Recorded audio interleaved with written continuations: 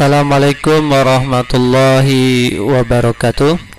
Semoga di hari yang cerah ini kalian bisa sehat walafiat serta semangat belajarnya, dan semoga sukses di kemudian hari. Amin. Materi yang akan disampaikan kali ini adalah kelangkaan dan kebutuhan manusia.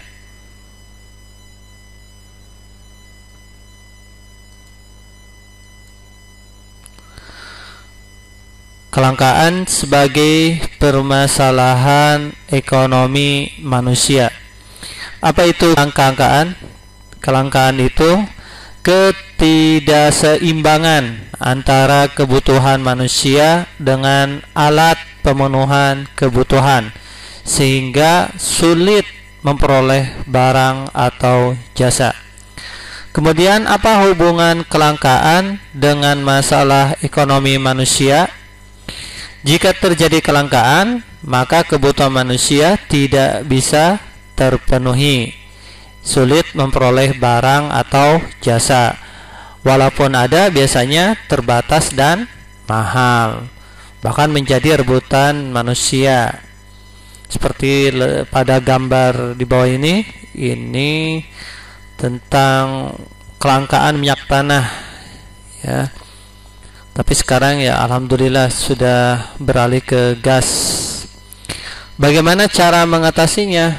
Pertama, kita harus belajar ilmu ekonomi, karena ilmu ekonomi mempelajari tentang bagaimana tentang memenuhi kebutuhan hidup manusia, dimulai dari produksi, distribusi, dan konsumsi. Yang kedua, membuat skala prioritas. Skala prioritas itu adalah apa yang dibutuhkan terlebih dahulu.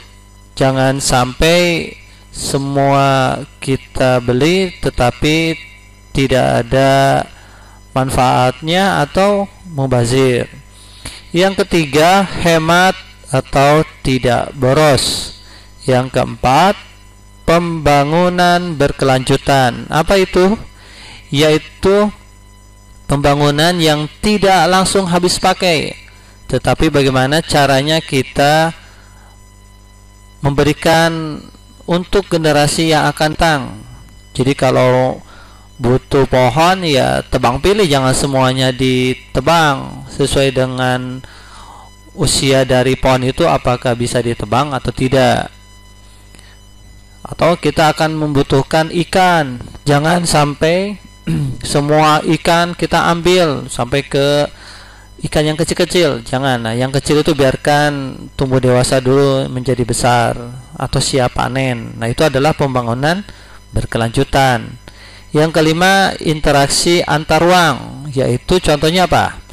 Perdagangan internasional ataupun perdagangan antar daerah. Berikutnya, kebutuhan manusia. Apa bedanya kebutuhan dan keinginan? Nah, di sini kebutuhan itu wajib dipenuhi. Kalau tidak, pengaruh kepada kelangsungan hidupnya. Sedangkan keinginan tidak wajib dipenuhi, tidak berpengaruh kelangsungan hidupnya. Jadi kita harus mengerti dulu ya, mana kebutuhan, mana keinginan. Di sini ada macam-macam kebutuhan manusia. Yang pertama, tolong diperhatikan ini, menurut intensitas atau tingkatannya. Jadi menurut tingkatannya. Yang pertama adalah primer atau pokok. Apa itu? Wajib dipenuhi dahulu. Seperti apa? Makan. Nah, ini seperti ada gambar makan. Yang kedua, sekunder, tambahan atau terjangkau, dipenuhi setelah primer. Contohnya membeli sepeda. Ini ada di gambar. Yang ketiga, tersier, barang mewah. Ini bisa dipenuhi jika setelah primer dan sekunder. Contoh membeli mobil dan perhiasan. Seperti di gambar ini, perhiasan dan mobil. Berikutnya, Kebutuhan manusia menurut sifatnya dibagi dua. Yang pertama adalah jasmani, fisik atau raga. Contoh makan, olahraga. Ini seperti digambar makan. Yang kedua rohani, mental atau jiwa. Contoh ibadah, rekreasi dan membaca. Jadi hati-hati ini, menurutnya ini makan. Tadi kalau menurut intensitasnya apa? Primer. Tapi kalau menurut sifatnya jasmani. Nah, jadi hati-hati ya. Yang ketiga menurut waktu penggunaannya dibagi dua. Sekarang itu apa? Tidak bisa ditunda. Contohnya apa? Makan, minum obat, istirahat. Nah, ini makan. Kalau ditunda ya bahaya. Jangan sampai banyak kegiatan lupa makan malah jadi sakit bahkan tipes. Wah, ini bahaya ini ya. Yang kedua, yang akan datang bisa ditunda. Jadi ini bisa suatu saat nanti gitu kan. Contoh menabung, rekreasi atau umroh atau haji.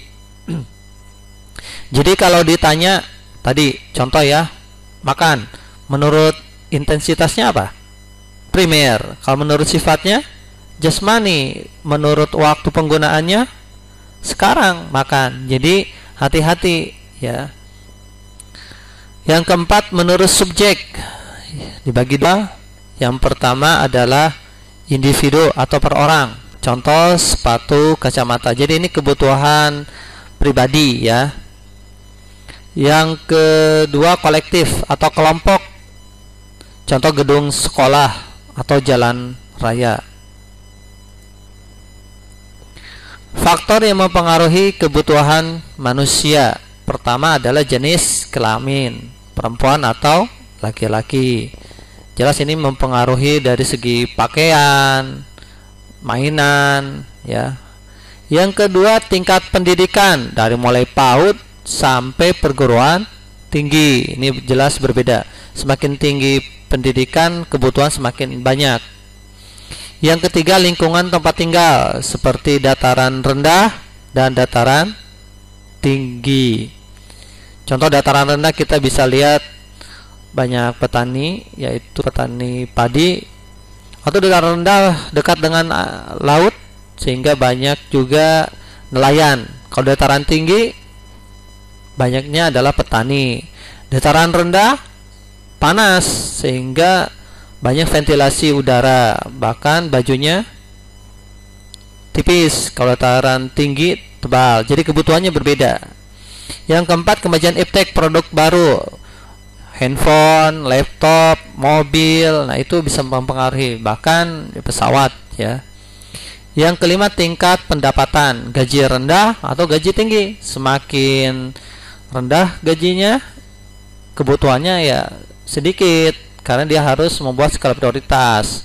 Gaji tinggi juga banyak kebutuhannya, namun jika gaji tinggi kebutuhannya akan lebih banyak. Yang keenam status sosial, miskin atau kaya. Ini di masyarakat ya, status sosial. Tapi kita tidak boleh mendiskriminasikan. Ini si miskin seperti ini, jangan ya.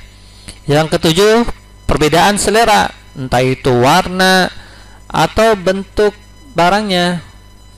Warnanya ada yang suka biru, hitam. Nah, itu tergantung selera masing-masing. Jadi ada 7 faktor yang mempengaruhi kebutuhan manusia. Berikutnya alat pemenuhan kebutuhan manusia. Nah, ini hati-hati juga nih, banyak menurutnya. Ini alatnya ya, pemenuhannya nih. Satu, menurut kelangkaannya. Dibagi barang ekonomis, kata kuncinya adalah pengorbanan. Jadi ada pengorbanan semisal mengeluarkan uang. Contoh beli sepatu dan air mineral. Nah, air mineral ini kan sudah kemasan ini ya. Maka pengorbanannya ya beli. Yang kedua, barang bebas tanpa pengorbanan alias gratis, contohnya matahari, air, dan udara.